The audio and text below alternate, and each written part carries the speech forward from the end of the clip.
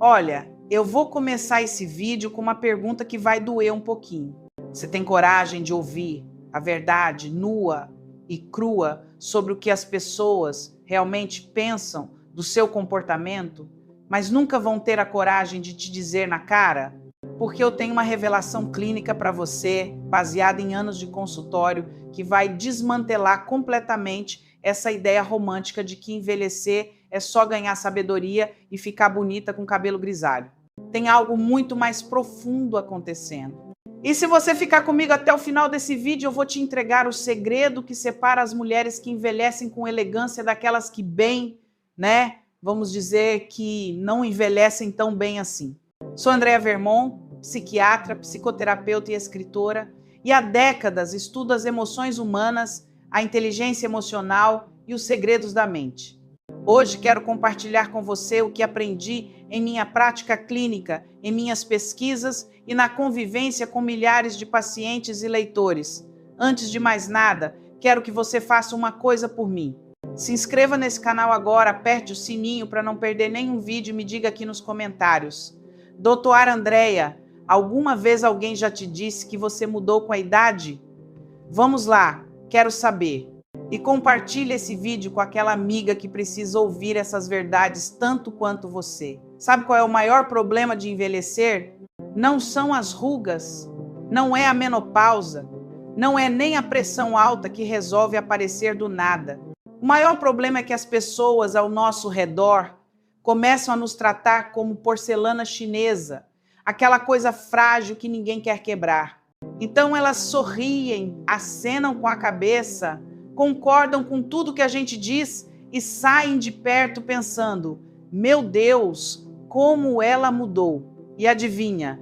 Ninguém vai ter a coragem de te contar o que realmente está acontecendo. Sou Andréa Vermont, médica psiquiatra há mais de 30 anos e já atendi milhares de mulheres que chegaram no meu consultório dizendo: doutora, por que as pessoas estão se afastando de mim? E quando eu começo a fazer as perguntas certas, a verdade vem à tona. Existe um conjunto de comportamentos 10, para ser mais precisa, que vão se instalando de mansinho na nossa personalidade conforme envelhecemos e que funcionam como repelente de gente.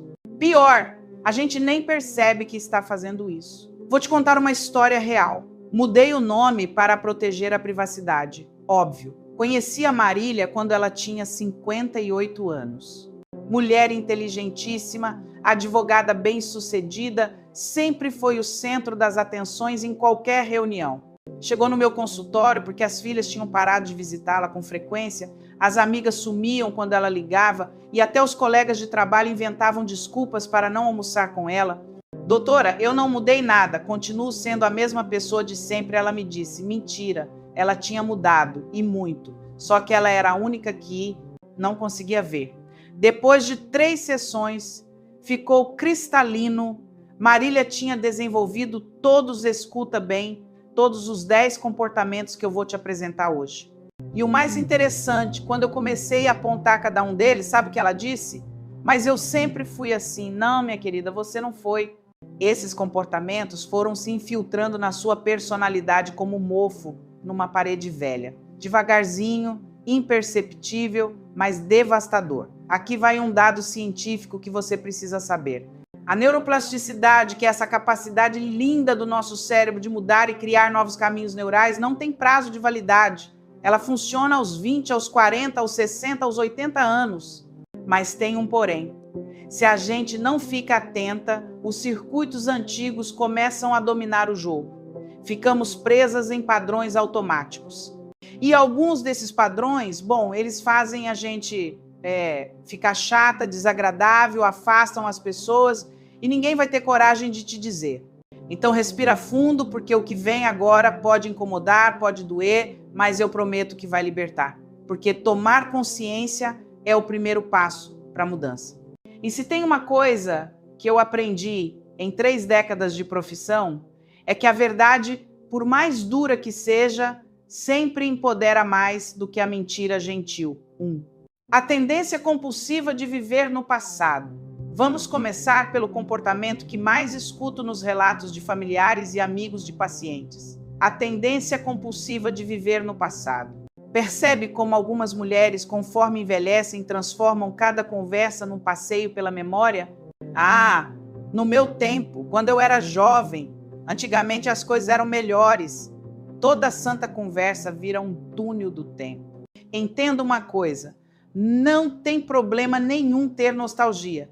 É gostoso relembrar, faz parte da nossa história. O problema acontece quando todas as conversas giram em torno do passado. Quando você não consegue mais se conectar com o presente. Quando cada assunto novo que alguém traz vira pretexto para você contar pela milésima vez aquela história de quando você conheceu seu marido, ou de quando seus filhos eram pequenos, ou de como as coisas eram melhores antigamente. Deixa eu te explicar o que acontece no cérebro. Com o passar dos anos, especialmente se não estimulamos a neuroplasticidade com experiências novas, o córtex pré-frontal começa a buscar referências conhecidas. É mais fácil, é mais confortável. O cérebro economiza energia recorrendo às memórias consolidadas do que criando novas conexões. Então você fica presa num loop. E esse loop entedia as pessoas ao seu redor, principalmente os mais jovens. Tive uma paciente, a Carmen, 62 anos, que tinha esse comportamento elevado à milésima potência.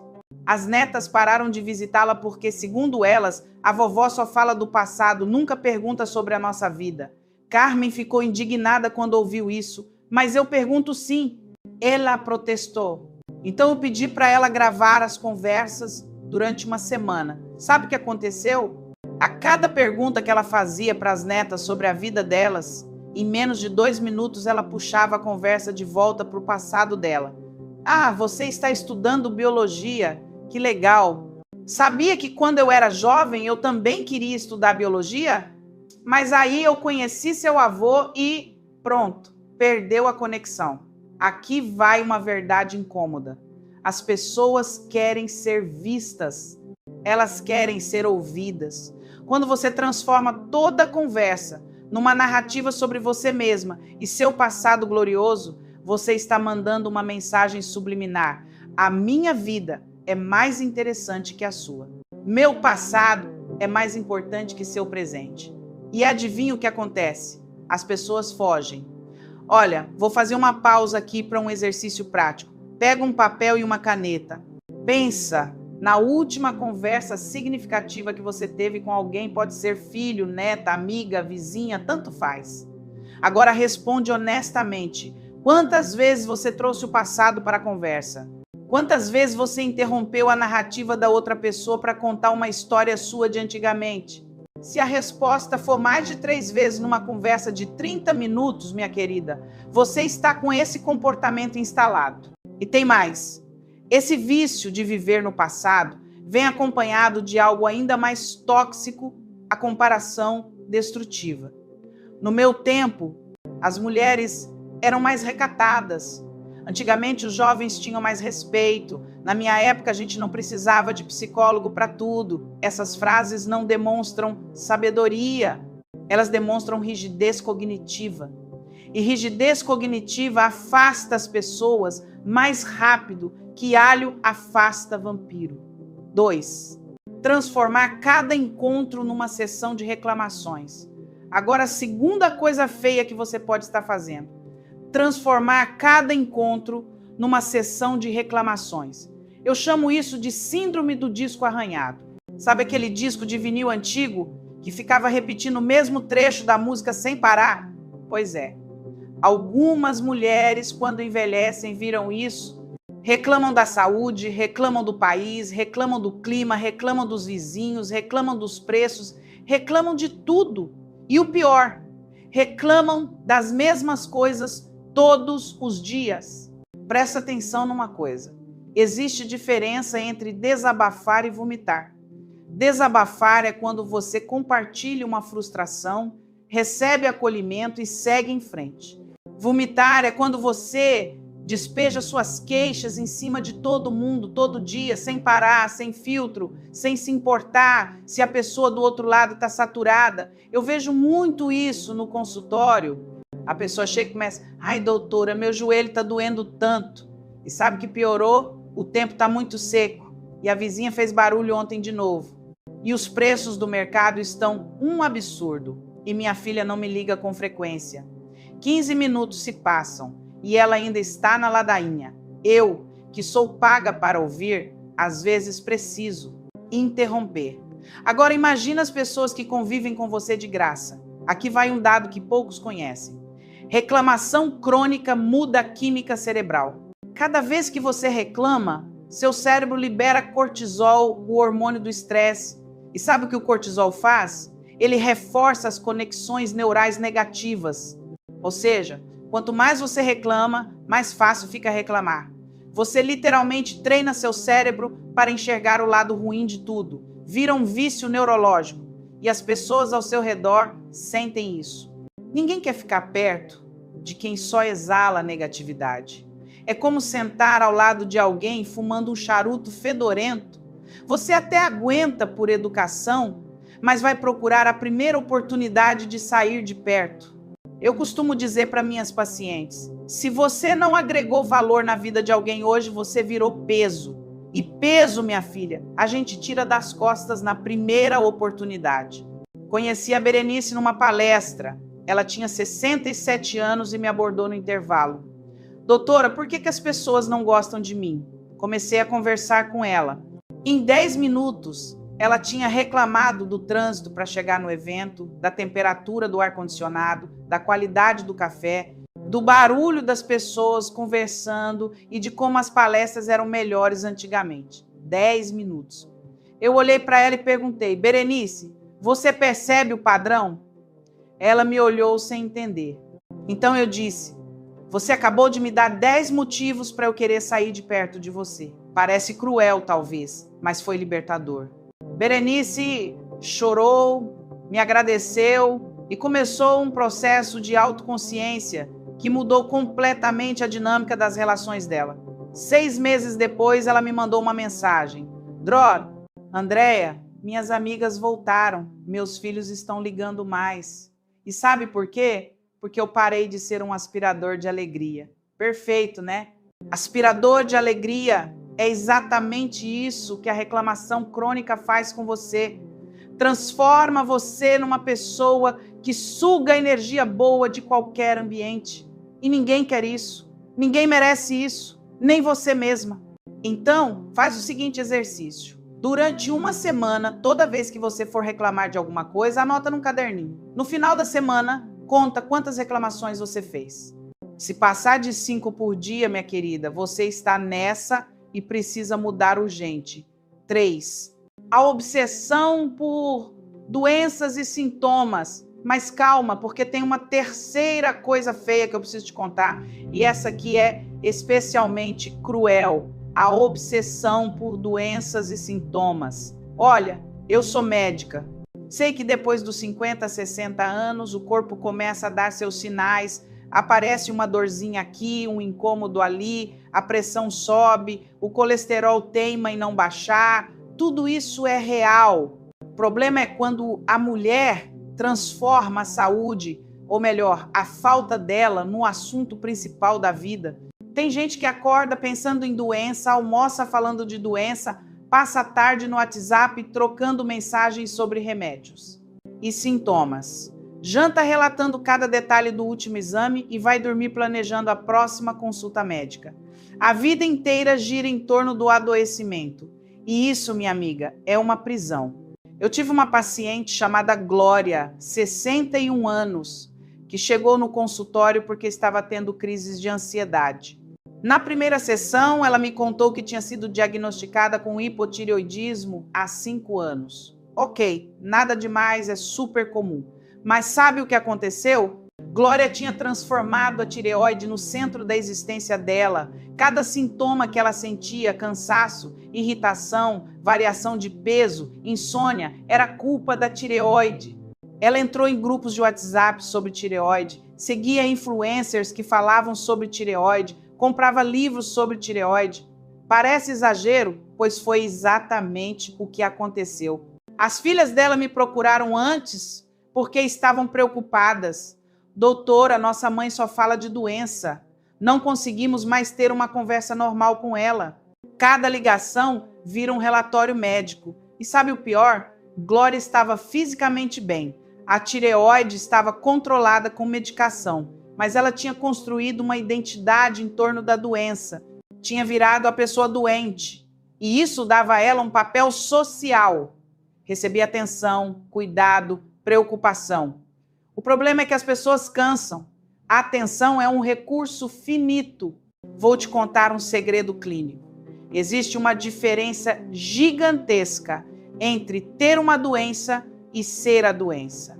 Quando você tem uma doença, você faz o tratamento, cuida da saúde, mas continua vivendo. Quando você é a doença, toda a sua identidade se dissolve naquele diagnóstico.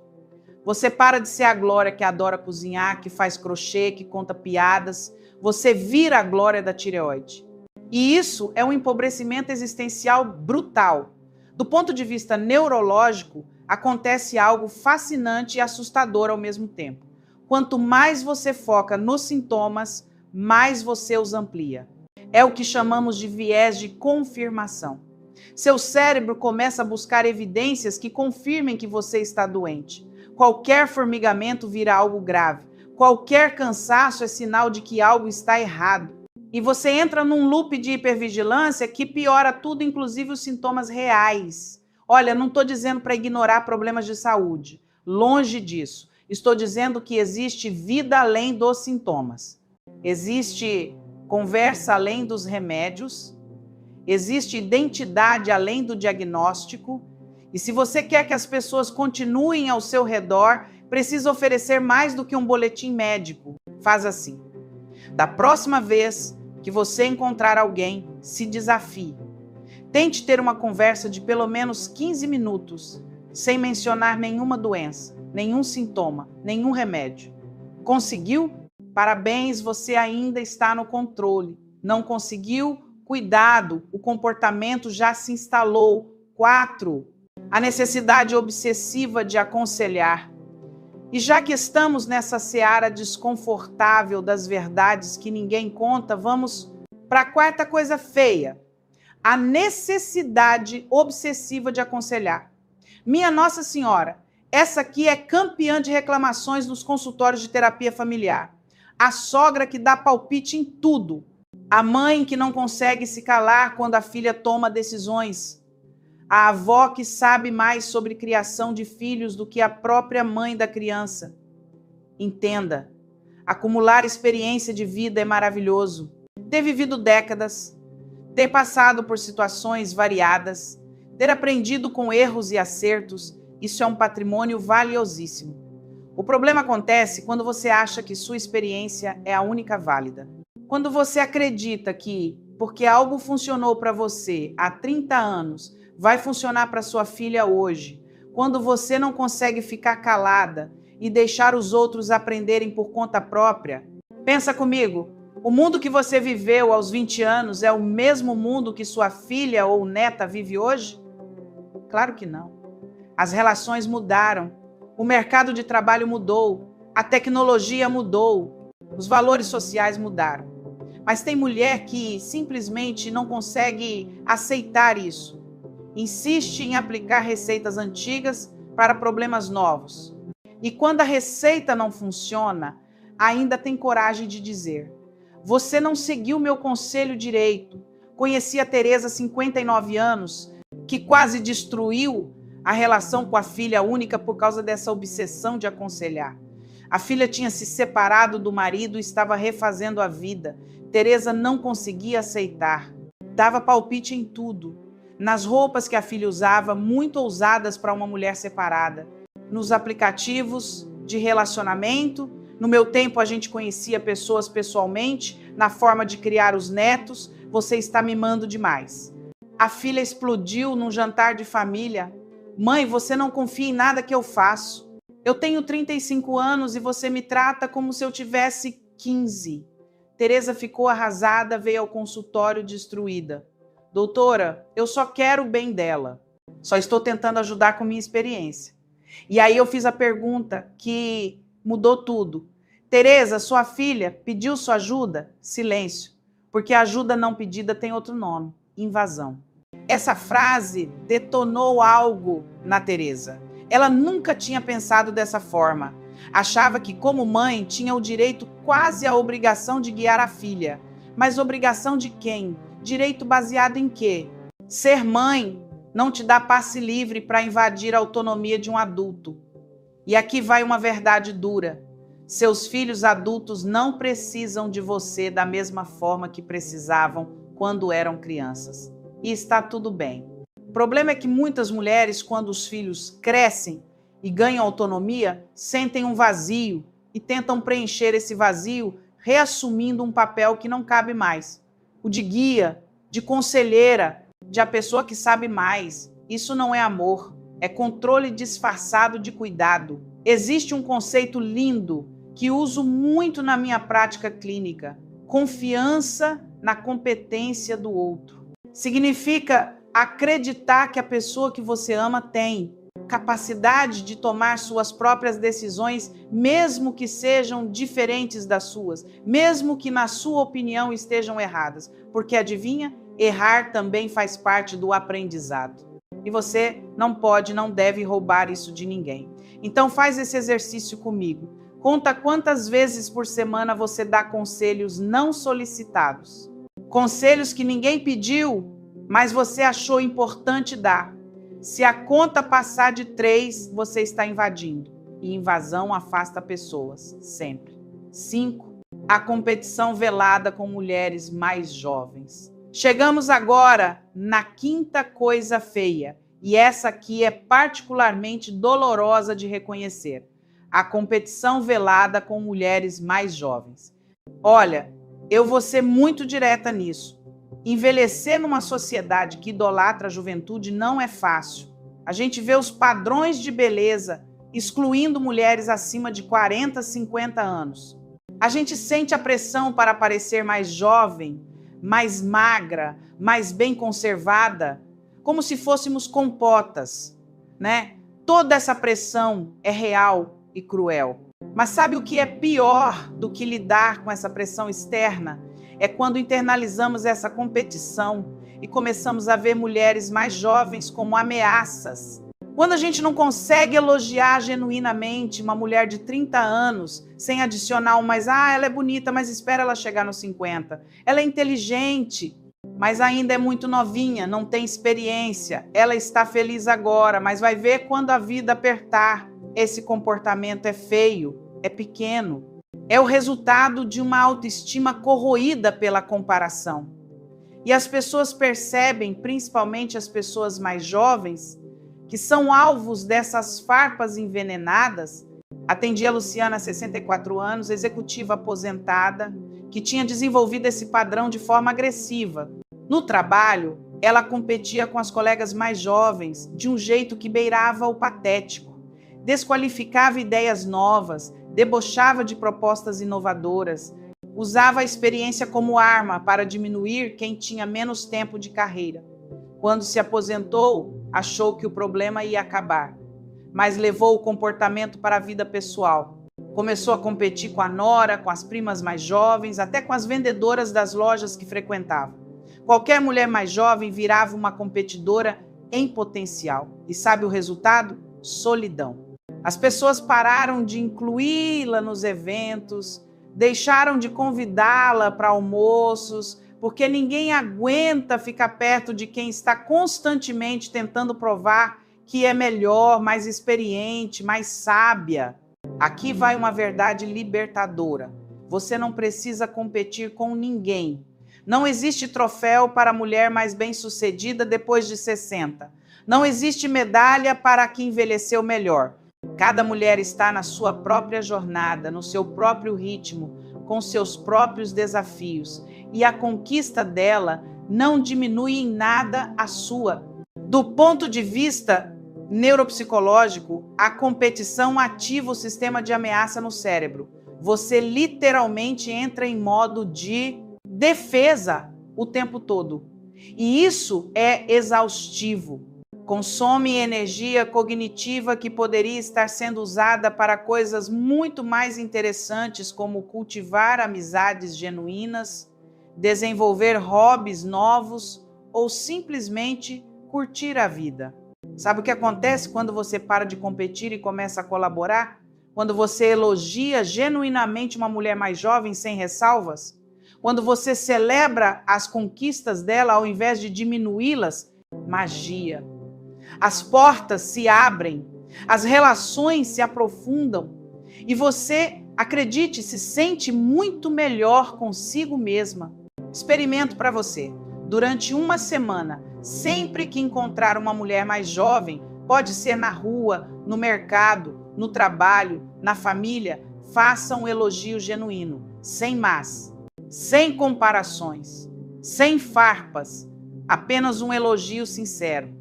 E observe como você se sente depois. Observe também como a dinâmica das relações muda. 6. Colecionar mágoas. Vamos agora para a sexta coisa feia.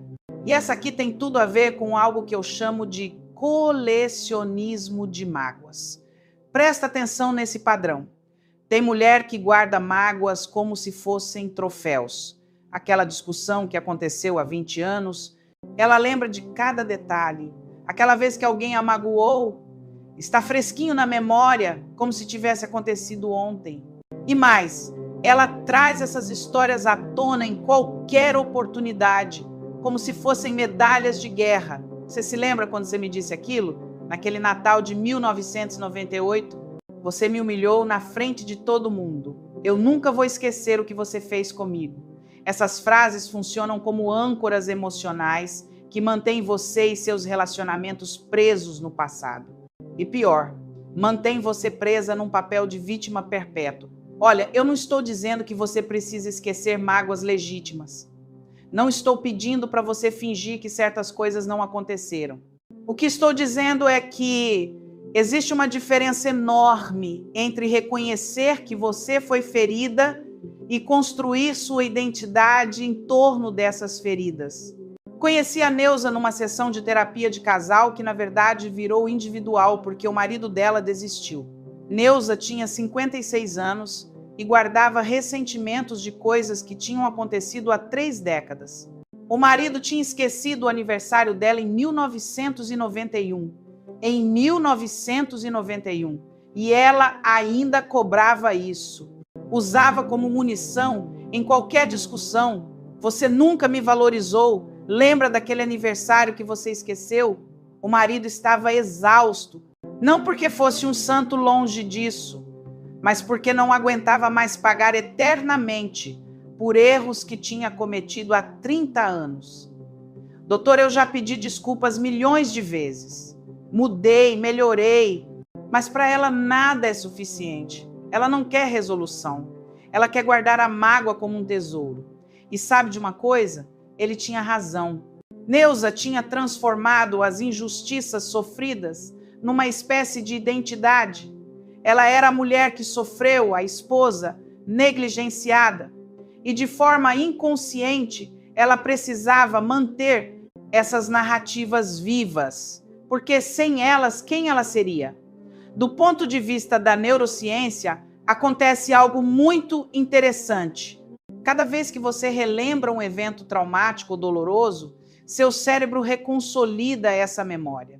E nessa reconsolidação, você pode tanto enfraquecer a carga emocional, quanto fortalecer, tolar e lacerar. Quando você fica ruminando mágoas, recontando histórias de injustiças, você está reforçando essas conexões neurais. Está literalmente mantendo a dor viva e ativa.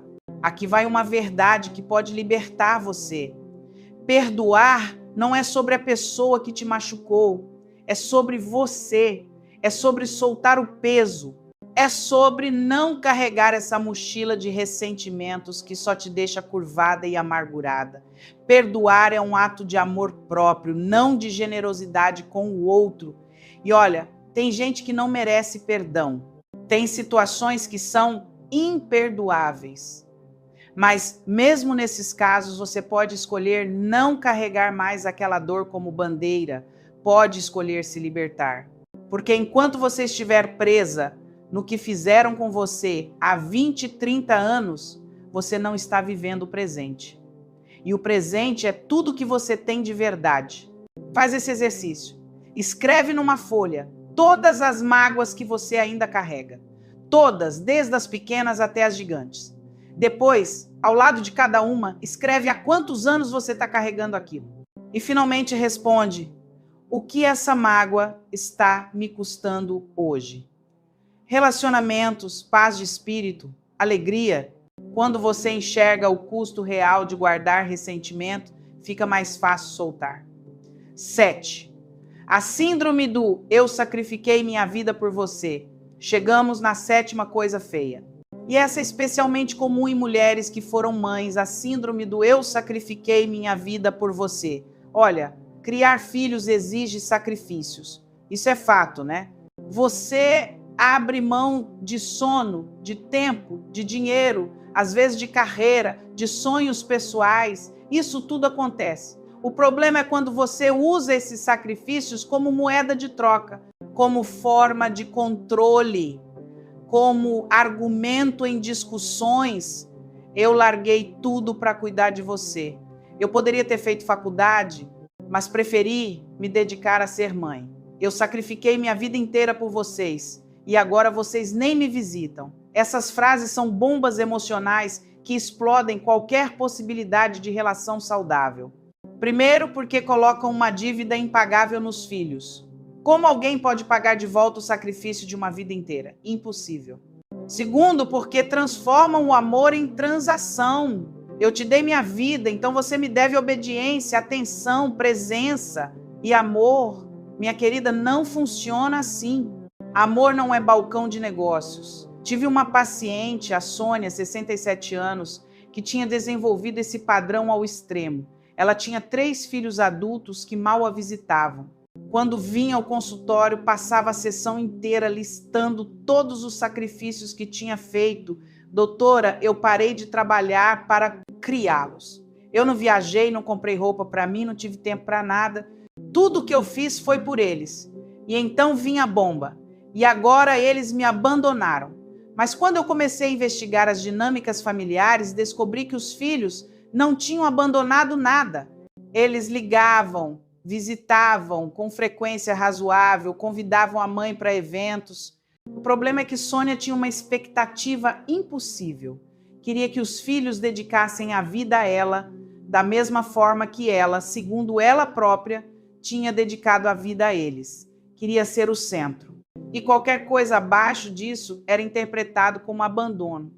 Num dos nossos encontros, eu perguntei: Sônia, quando você escolheu ser mãe, você fez isso pensando em receber de volta ou pensando em dar?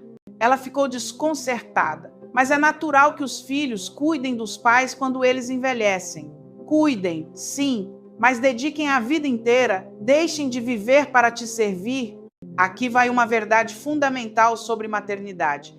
Filhos não são investimentos. Você não planta filhos para colher cuidados na velhice.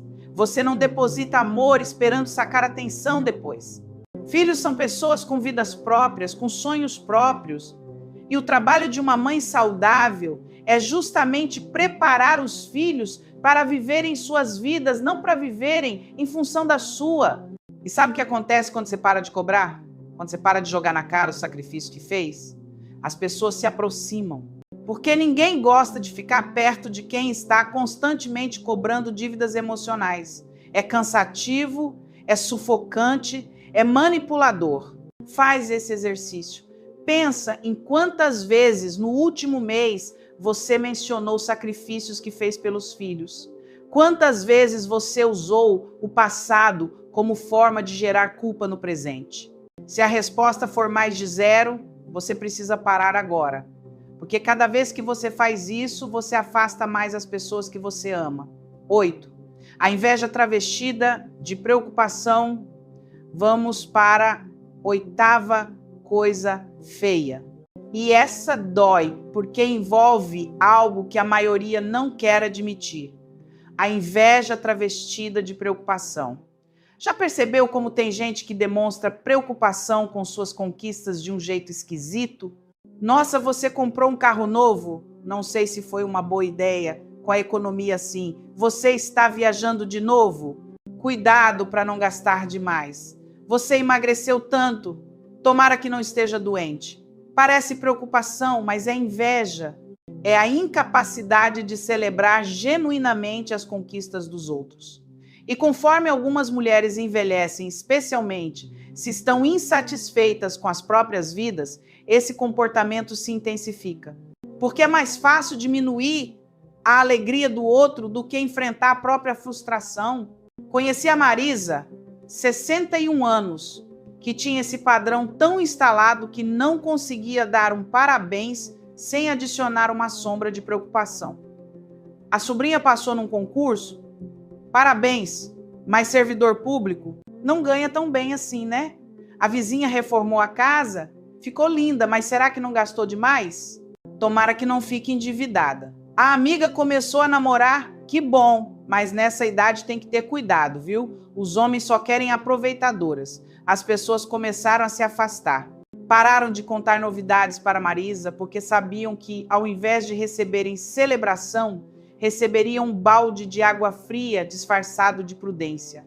E quando Marisa finalmente percebeu o padrão depois de 3 sessões onde eu devolvi para ela as próprias falas, ela ficou horrorizada. Doutora, eu não sou uma pessoa má. Eu realmente me preocupo. E aí eu fiz a pergunta que mudou tudo. Marisa, você consegue se lembrar da última vez que você celebrou genuinamente uma conquista de alguém sem adicionar nenhum mas? Sem nenhuma preocupação, sem nenhuma ressalva? Silêncio. Ela não conseguia lembrar. A verdade é que Marisa estava profundamente insatisfeita com a própria vida. Tinha sonhos não realizados, mágoas não resolvidas. E quando via pessoas conquistando coisas, isso mexia com as feridas dela. Então ela atacava não de forma direta. Isso seria óbvio demais. Ela atacava com preocupação, com conselhos prudentes, com alertas preventivos. Do ponto de vista psicológico, isso se chama projeção. Marisa projetava nas conquistas dos outros suas próprias frustrações. E dessa forma conseguia manter a ilusão de que o problema não era com ela, mas com as escolhas imprudentes dos outros. Aqui vai uma verdade libertadora. A felicidade dos outros não diminui a sua. Não existe um estoque limitado de alegria no universo, onde se alguém pega um pouco, sobra menos para você. Quando você consegue celebrar genuinamente as conquistas de outra pessoa, você está ampliando sua própria capacidade de alegria, está treinando o seu cérebro para enxergar possibilidades ao invés de ameaças. Então faz assim, durante 2 semanas, toda vez que alguém te contar uma boa notícia, você vai responder apenas com celebração, sem mais, sem cuidado, sem preocupação. Apenas, que maravilhoso, estou feliz por você. E observa como isso muda não só a relação com as pessoas, mas também como você se sente consigo mesma. 9. A autovitimização constante. 9ª coisa feia. E essa aqui tem relação direta com a forma como você encara o próprio envelhecimento. A autovitimização constante. Eu já estou velha. Ninguém me quer mais. Na minha idade não dá mais para fazer isso. Eu já passei da época de ser feliz. Essas frases são sentenças de prisão perpétua que você está decretando para si mesma. Olha, envelhecer tem seus desafios. Óbvio, o corpo muda, a energia não é a mesma, algumas portas se fecham, isso é real. Mas tem uma diferença gigantesca entre reconhecer limitações e se entregar a elas como se fossem destino inevitável. Tem uma diferença entre meu joelho dói, então vou procurar exercícios adequados, e meu joelho dói, então minha vida acabou. A autovitimização é uma armadilha confortável, porque quando você se coloca no papel de vítima, você tira de si mesma qualquer responsabilidade por mudança. Eu já tô velha, não posso fazer nada. Pronto, acabou. Você se isentou de lutar, de tentar, de viver. E o pior, você passa essa mensagem para todo mundo ao seu redor. Sintam pena de mim. Eu sou uma vítima da idade. E as pessoas, coitadas, no começo até sentem pena mesmo, fazem colo, acolhem, mas com o tempo cansam. Por quê? Ninguém consegue carregar eternamente o peso emocional de alguém que se recusa a levantar. Tive uma paciente, a Dalva, 58 anos, que tinha transformado a idade numa desculpa universal. Não conseguia emagrecer? Culpa da idade. Não arrumava emprego? Idade. Não tinha amigos? Idade. Filho se afastou? Idade. Tudo era culpa da idade. Em 3 sessões, ela tinha falado na minha idade mais de 50 vezes. 50. E num determinado momento eu a interrompi e disse: Dalva, você tem 58 anos ou 158. Porque, pelo jeito que você fala, parece que está no século X. Ela riu, mas depois chorou. Doutora, é que eu sinto que minha vida acabou. E aí foi que o trabalho real começou. Porque sabe o que estava por trás dessa autovitimização toda? Medo. Medo de tentar e falhar. Medo de se expor e ser rejeitada. Medo de investir em si mesma e descobrir que o problema não era a idade, mas a própria inércia. É mais confortável culpar a idade do que enfrentar esses medos. Aqui vai um dado científico que precisa entrar na sua cabeça. A neuroplasticidade não tem data de validade. Seu cérebro é capaz de mudar, aprender, criar novas conexões aos 60, 70, 80 anos. Tem pesquisas com pessoas que aprenderam novos idiomas depois dos 70, que começaram novas profissões depois dos 60, que encontraram amor depois dos 80. A questão não é se você pode, a questão é se você quer. E se você ficar se colocando no papel de vítima da idade, a resposta vai ser sempre não. Porque vítima não age, vítima sofre. E sofrer, minha querida, é muito mais fácil do que lutar. Então faz esse exercício durante 1 mês. Toda vez que você for usar a idade como desculpa, substitui por uma ação. Ao invés de eu já estou velha para isso, pergunte: como eu posso adaptar isso para a minha realidade atual? Ao invés de nessa idade não dá mais, pergunte: qual é o primeiro passo que eu posso dar? Muda a narrativa, muda a vida.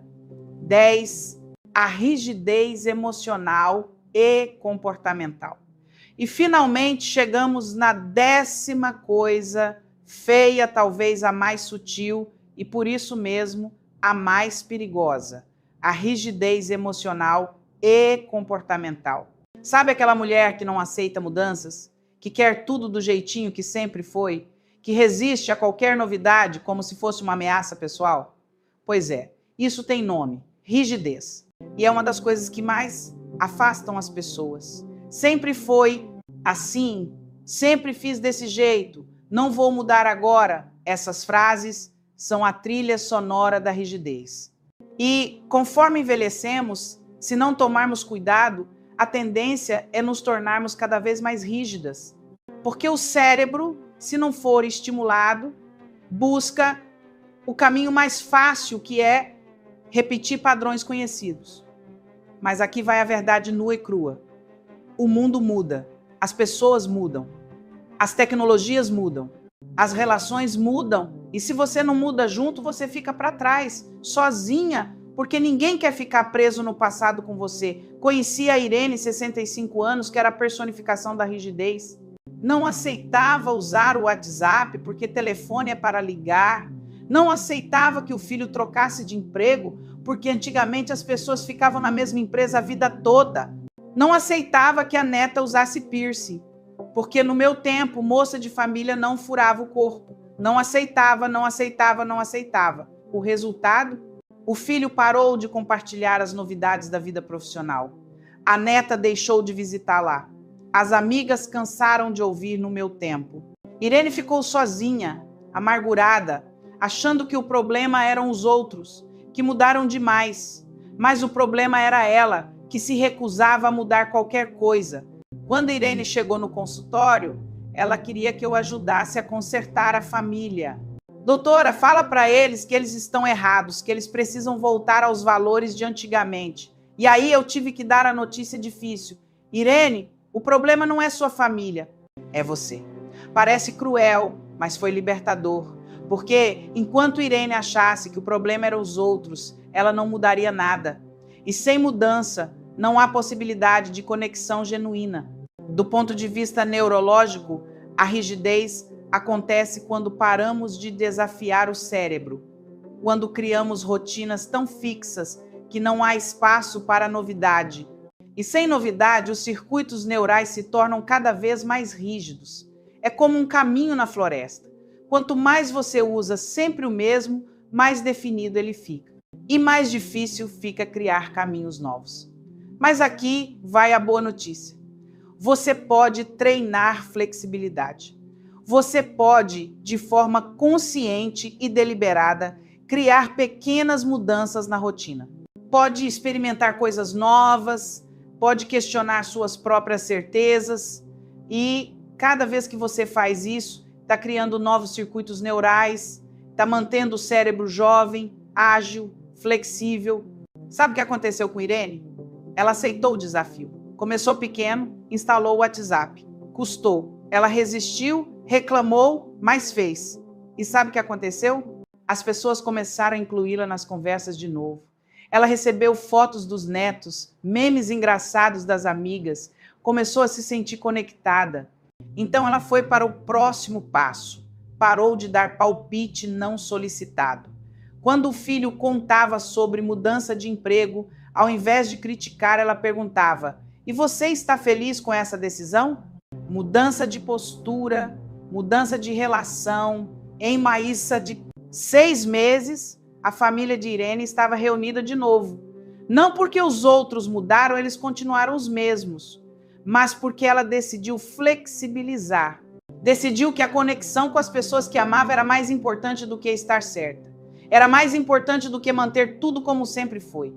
O ponto crucial, e aqui chegamos ao ponto crucial de tudo que conversamos até agora. Essas 10 coisas feias, viver no passado, reclamar cronicamente, obsessão por doenças, necessidade de aconselhar, competir com mulheres mais jovens, colecionar injustiças, cobrar sacrifícios, inveja disfarçada, autovitimização e rigidez, elas não aparecem do nada. Elas se instalam de mansinho, um pouquinho aqui, um pouquinho ali. E quando você percebe, elas já dominaram sua personalidade. Mas tem uma coisa maravilhosa sobre o cérebro humano que eu preciso te contar. Ele é plástico, maleável, capaz de mudança em qualquer idade. E isso significa que você não precisa ficar presa nesses padrões. Você pode, a partir de hoje, começar a mudar. Não vai ser fácil, não vai ser rápido, porque esses comportamentos foram se consolidando ao longo de anos, às vezes décadas. Mas é possível, totalmente possível. Um plano prático de 4 semanas. Vou te dar um exemplo prático de como fazer isso. Escolhe um dos 10 comportamentos que mais ressoou com você. Aquele que você pensou, putz, é a minha cara. Escolheu? Ótimo. Agora, durante as próximas 4 semanas, você vai focar apenas nesse comportamento. Semana 1, observação. Você vai apenas observar quantas vezes aquele comportamento aparece. Sem julgamento, sem culpa, apenas observação. Pode anotar num caderninho se quiser. Hoje eu reclamei do clima 3 vezes. Hoje eu dei 5 conselhos não solicitados. Hoje eu mencionei o passado 8 vezes numa conversa de 20 minutos. Semana 2, consciência. Agora, além de observar, você vai tentar perceber no momento em que o comportamento aparecer. Opa, tô começando a reclamar de novo. Olha eu dando conselhos sem ninguém ter pedido. Lá vou eu falar do passado outra vez. Só perceber, ainda não precisa mudar. Apenas trazer consciência. Semana 3, intervenção. Aqui você vai começar a intervir. Quando perceber o comportamento aparecendo, você vai fazer uma pausa, respirar e escolher fazer diferente. Ia reclamar do tempo? Comenta algo positivo sobre o dia.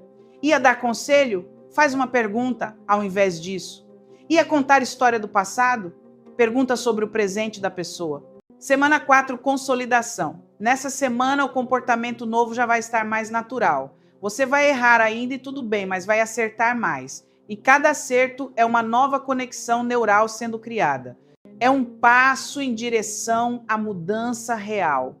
Sabe o que mais me encanta nesse processo? É que quando você muda um comportamento, os outros começam a mudar também. Porque tudo está interligado.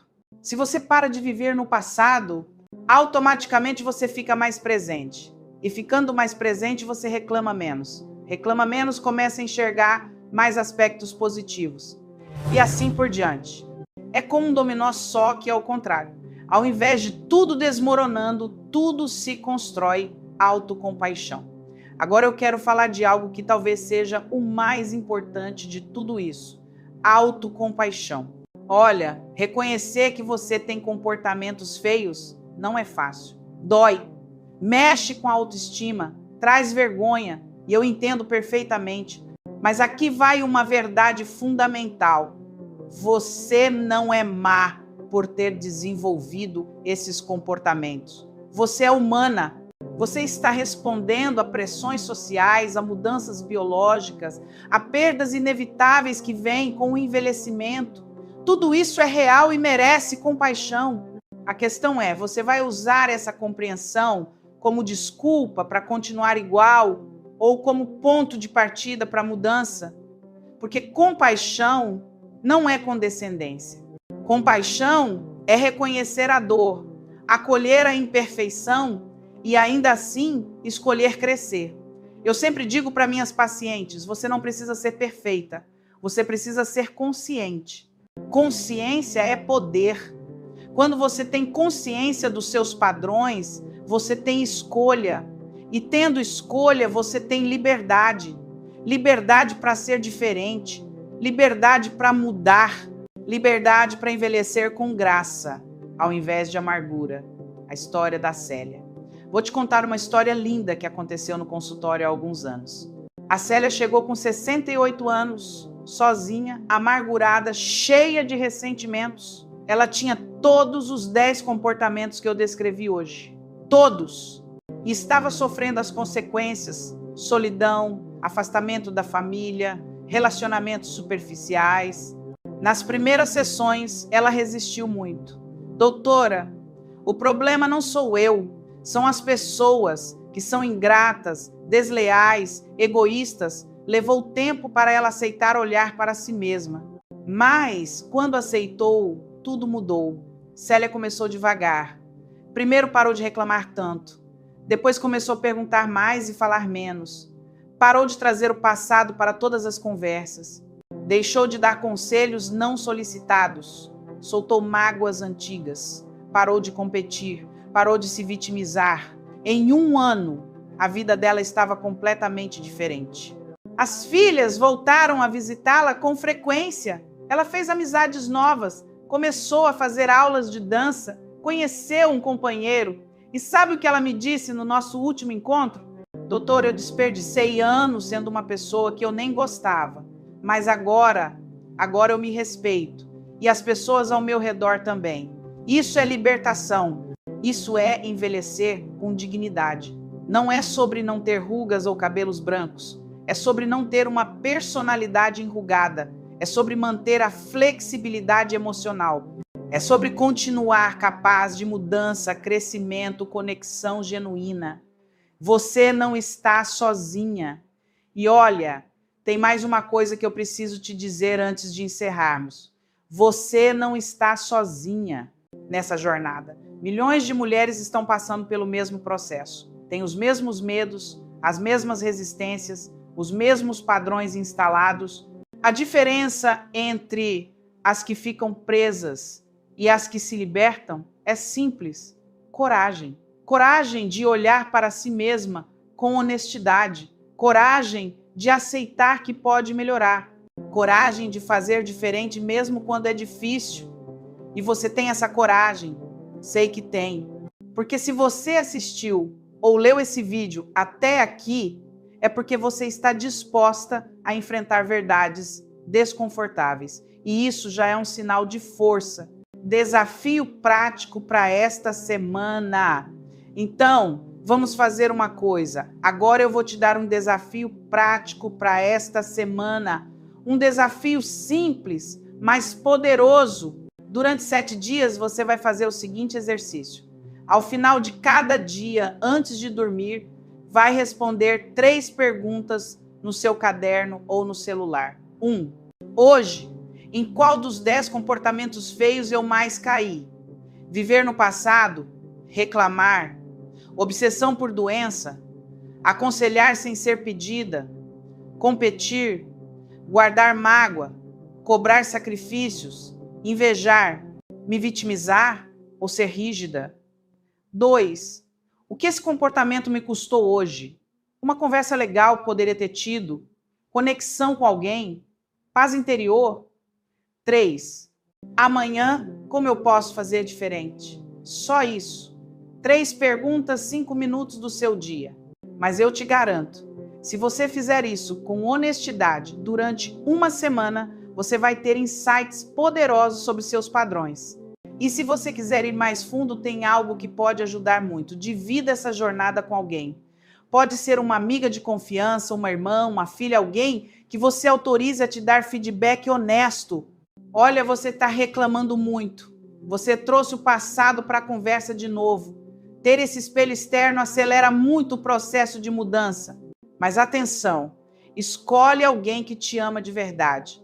Porque feedback vindo de quem te ama é diferente de crítica vinda de quem quer te diminuir. Aprende a diferenciar essas duas coisas. Envelhecer é libertador. Agora, antes de me despedir, preciso reforçar algo crucial. Envelhecer não é uma sentença de deterioração. Envelhecer pode ser e deve ser um processo de amadurecimento, sabedoria e até libertação. Libertação das cobranças estéticas da juventude. Libertação da necessidade de provar algo para alguém. Libertação para simplesmente ser. Mas essa libertação só acontece se você não se deixar aprisionar por esses comportamentos feios que vão se instalando. Se você se mantém vigilante. Se você escolhe todos os dias ser uma versão melhor de si mesma. E melhor não significa perfeita, significa mais consciente, mais flexível, mais capaz de conexão genuína, mais disponível para amor por si mesmo e pelos outros. Porque no final das contas, minha querida, do que se trata a vida senão de conexão, de pertencimento, de amar e ser amada? E esses 10 comportamentos que eu descrevi hoje, todos eles têm uma coisa em comum. Eles destroem conexão, afastam amor, criam solidão. Mas a boa notícia, a notícia maravilhosa, é que você tem poder para mudar isso hoje, agora. Não precisa esperar segunda-feira, não precisa esperar o próximo ano, não precisa esperar o momento certo. O momento certo é agora, meu convite final. Então, aqui vai meu convite final para você. Escolhe uma das 10 coisas que eu mencionei aqui mais mexeu contigo e faz um compromisso com você mesma de trabalhar nisso nos próximos 30 dias. Apenas 30 dias. Um mês da sua vida dedicado a mudar um padrão que está te custando caro. E depois desses 30 dias, se você perceber, melhora e você vai perceber, escolhe outro comportamento. E outro, e outro. Até que daqui a um ano você olhe para trás e não reconheça mais aquela mulher amargurada, rígida, ressentida que você estava se tornando. No lugar dela vai estar você, a melhor versão de você. Uma mulher que envelhece com elegância não porque não tem rugas, mas porque não tem uma alma enrugada. Uma mulher que inspira, que conecta, que ama e é amada. E sabe por que eu sei que você é capaz disso? Porque você está aqui. Porque você teve coragem de ouvir essas verdades duras. Porque você não desistiu no meio. Isso já é um sinal de que você quer mudar. E querer é o primeiro passo. Um último pedido agora, antes de eu realmente me despedir, preciso que você faça uma coisa por mim e por você.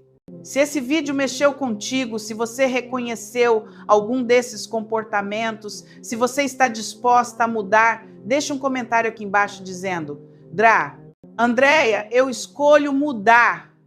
Só isso, essas 4 palavras. Porque quando você escreve, quando você declara publicamente, você está fazendo um compromisso não comigo, com você mesma. E esse compromisso tem poder, tem força, tem capacidade de te impulsionar nos momentos difíceis. E se você conhece alguma amiga, prima, irmã, mãe, tia que precisa ouvir essas verdades, compartilhe esse vídeo com ela, não de forma agressiva, não dizendo, olha, você é assim, mas dizendo, olha, vi isso e achei interessante, talvez te ajude também, porque todo mundo merece a oportunidade de se conhecer melhor e mudar.